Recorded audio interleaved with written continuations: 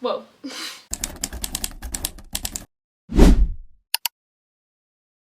Hello lovely people, welcome back to my channel, or hey if you're new here, don't forget to hit that subscribe button. Today's video is going to be a book rec video. I'm going to be giving you 10 book recs depending on your mood. I am going to get quite specific maybe in what mood you're in for some of these book recs, but I've got 10 books behind me, or I've got 9. There is one that I don't have a physical copy of. But yeah, I am going to be giving you 10 book recs depending on your mood, and these are going to be quite varied for all different types of moods. These are all books that I loved when I read them and would definitely recommend to you to read them because I feel like you'll have a fun time. So without further ado, let's get into the video and talk through some of these book recs. I really hope that the stack back there does not fall because that won't be fun. However, book number 1 I am going to be recommending to you is When the Moon Hatched by Sarah A. Parker. This one I'm recommending for if you're in the mood for a very complex fantasy that's going to get the cogs in your brain working and that's going to get you thinking, and you know, it's not a simple fantasy. If you're not in the mood for a simple fantasy and you're in the mood for one that's going to really get you thinking, and it's a very extensive world and there's lots of different things to remember and very intricate and interesting ways of magic, then this one is very much for you. When the Moon Hatched is a fantasy book involving dragons. We've got fae, dragons, assassins, all of these different things. We've got 3 separate parts to the world: the burn, the fade and the shade, and they all have different dragons depending on each section of the world. This world is a stagnant world. It does not turn. It literally remains like that at all times.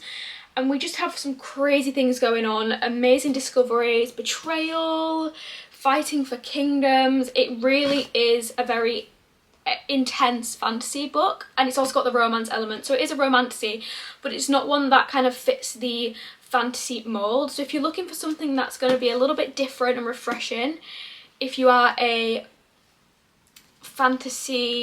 seasoned fantasy reader, then this one is the one for you. And I think book 2 is being written now and it's coming out 2026 I believe. So now is the perfect time to read book 1.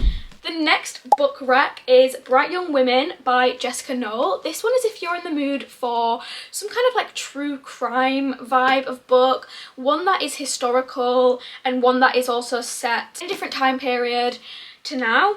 If you are a true crime lover, then definitely give this one a go, because this one actually is inspired by or follows the events of the Ted Bundy case, but obviously without using names, because it is still fiction. It's just based around him and his crimes, but it's told from the point of view of the women, because we always kind of have the point of view of the men and him and all of that kind of thing. This one really doesn't focus on him himself. It focuses on the women who were affected and how they went about their lives after horrific things happened to them. This was a 5-star for me. It was so interesting to read about and it was so impactful in a way as well. I also feel like the way that Jessica Knoll wrote this was so interesting, and it was really thought-provoking in a way of you was thinking about how the women actually did feel, because you really don't get their perspectives at all really in the media. So if you are in the mood for like a true crime book but fictionalized, then I would definitely recommend this one. And I'm interested to see if Jessica Knoll actually writes some more books like this, because I know that she is a thriller writer. Well, this one is definitely not a thriller. It's like a historical fiction retelling type of book based off of true events, but she can't really say that it's actually the true events because of, I'm sure, like a lot of legal things and that it's still fiction. Yeah. If you are in the mood for a small town romance, I would recommend Holding the Reins by Paisley Hope. This one is for all of my Chestnut Springs lovers. If you've read the Chestnut Springs series or you've read Elsie Silver's entire backlist and you're in the mood for a small town but you've read all of Elsie Silver, who kind of is the blueprint for small town cowboy romances, then definitely look to Paisley Hope, because she is fast becoming the equivalent to Elsie Silver in my eyes, especially book number 2 in this series. This is book number 1, but book number 2 I read very recently and absolutely loved it. her writing just feels so reminiscent to Elsie Silver. I've kind of been looking for books that resonate with Elsie Silver for quite a while now, and I would definitely say Paisley Hope is the author that comes the closest. This one follows a girl who moves back to her small town after a horrific relationship, and she's looking for a fresh start. In comes her brother's best friend, who is also a hockey player. So he's a cowboy and a hockey player, and she gets a job working for him, and then ... But the way that Paisley Hope writes is very, very, very entertaining, and the romance was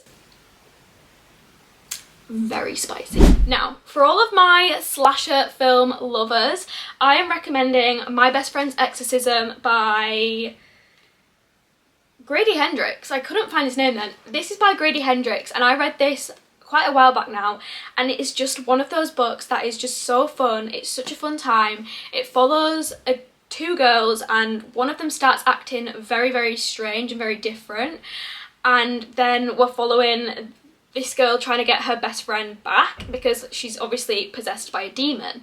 It's very humorous, very light-hearted, but also equally very gory, and I would recommend this for if you liked Jennifer's Body with Megan Fox, because it definitely gave me that vibe, and it was just such an entertaining horror style book. It wasn't a thriller, it was very much horror, but humorous, and it felt silly at times. And yeah, if you love the 80s as well, then definitely you will love this one, because each chapter actually starts with an 80s song. So for each chapter I actually put in that song on my headphones and read that chapter with that song, which was also really fun. So if you're in the mood for like a slasher horror book that's not taken too seriously. The lighting has just gone a bit weird. Then My Best Friend's Exorcism is definitely the book for you. If you are in the mood for some Greek mythology, then I recommend Ariadne by Jennifer Saint, or in fact any of Jennifer Saint's books. I have also read Electra, and that one was really, really good as well. She just writes incredible Greek mythology retellings, but told from the women's point of view, because obviously a lot of the times we have the men's point of view, but we don't have the women's point of view, especially in Greek mythology. So this one follows Ariadne, who kind of gets overlooked in a lot of traditional retelling stories, and I found it very interesting reading a book from her point of view and kind of what she feels and what she goes through. And Jennifer Saint does that for all of her books, I believe. I think they're all told from a female's point of view. And yeah, definitely if you're a Greek mythology lover and you're looking for a new author to try out that you've not tried before, Jennifer Saint is definitely one to look out for, because her books always have like this emotive element, and they're also quite impactful. I honestly feel like they are very impactful. This one I read a while ago, and I remember having such a fun time with it. It's definitely one that you have to sort of use a bit more brain power with, because there's a lot more names and things to remember, but I remember having a very fun time. So Ariadne or Electra, I have also read that. I would like to read Atalanta by her as well, and I believe she's got another one now, so I need to kind of catch up on her releases, but this one was really fun. If you are in the mood for a non-fiction that's a little bit retrospective and kind of leaves you pondering life and pondering a few important questions, I would recommend Tuesdays with Maury by Mitch Albom.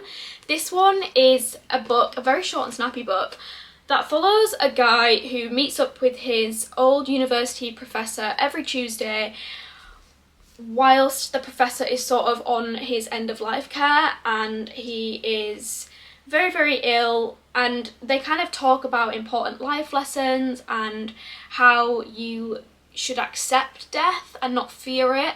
And it was very, very impactful for me. I definitely was asking a lot of questions to myself after I'd finished reading it, and I think that you can read this book in one sitting. I definitely did.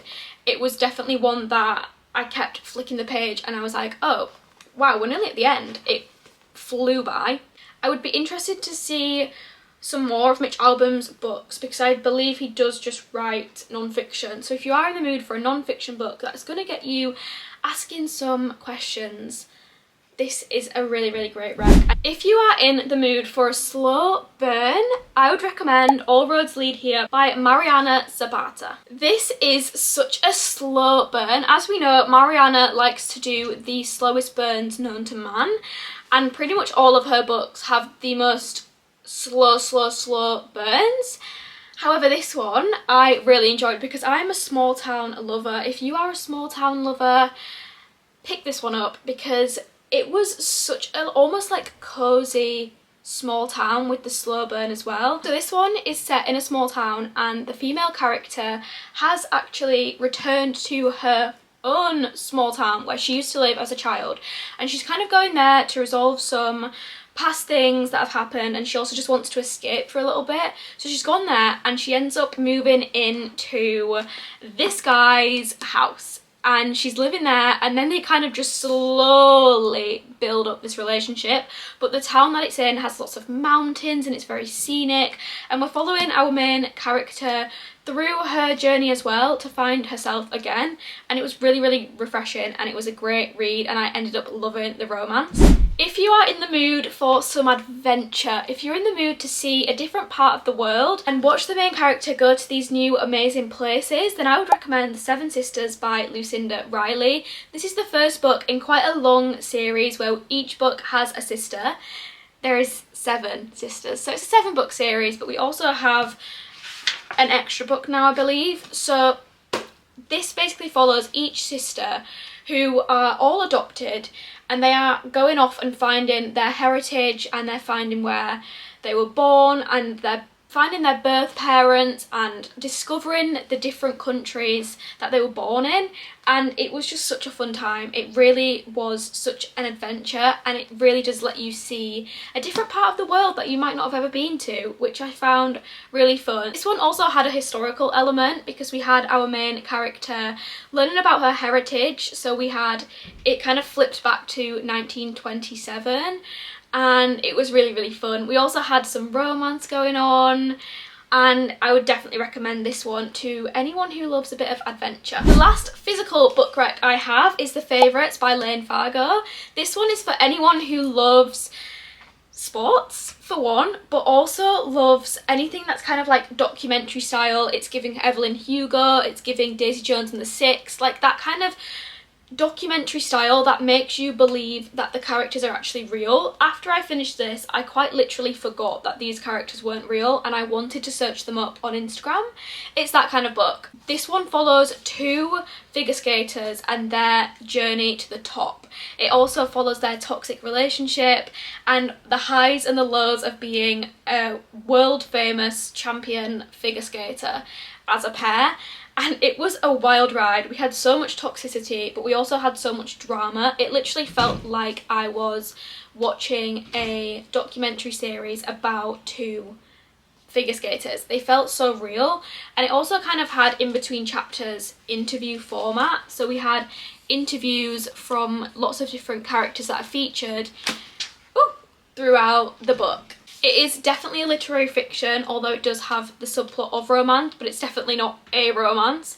And yeah, this one reminded me very much of kind of like a Taylor Jenkins Reid vibe of thing, where she makes the characters feel so very real. And the last book rec I have is Between Friends and Lovers by Shirlene Abobi.